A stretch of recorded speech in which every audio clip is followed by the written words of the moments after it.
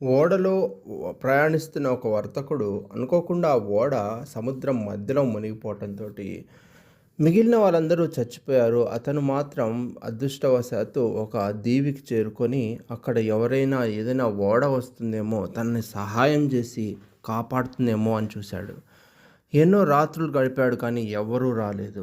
ఇక ప్ర లాభం లేదు అనుకోని అక్కడున్న కొబ్బరి ఆకులు, తాటి ఆకులు అన్నీ తీసుకొని ఒక చిన్న గుడిసె వేసుకున్నాడు.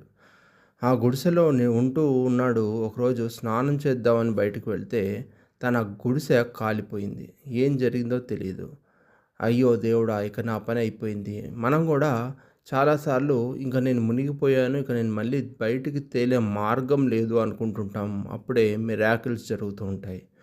అతను ఆ తగలబడిపోయిన ఆ గుడిసెను చూస్తూ పడుకుండిపోయాడు. పొద్దున్న లేచేసరికి ఒక నావికుడు వచ్చి అతన్ని తట్టి లేపి, "రా నా నా షిప్‌లో ఎక్కి మనిద్దరం వెళ్దాము. నేను నిన్ను కాపాడుతాను" అన్నాడు. ఇది ఎలా జరిగిందా అనుకున్నాడు. ఇతని గుడిసె తగలబడిపోయిన తర్వాత దాని నుంచి వచ్చే ఉధృతమైన పొగ ఏదైతే ఉందో అది దూరం నుంచి చూసిన ఒక నావికుడు అక్కడికి వచ్చి అతన్ని కాపాడాడు. కాబట్టి ఎప్పుడూ కూడా మన ఆశ మనం కోల్పోకూడదు.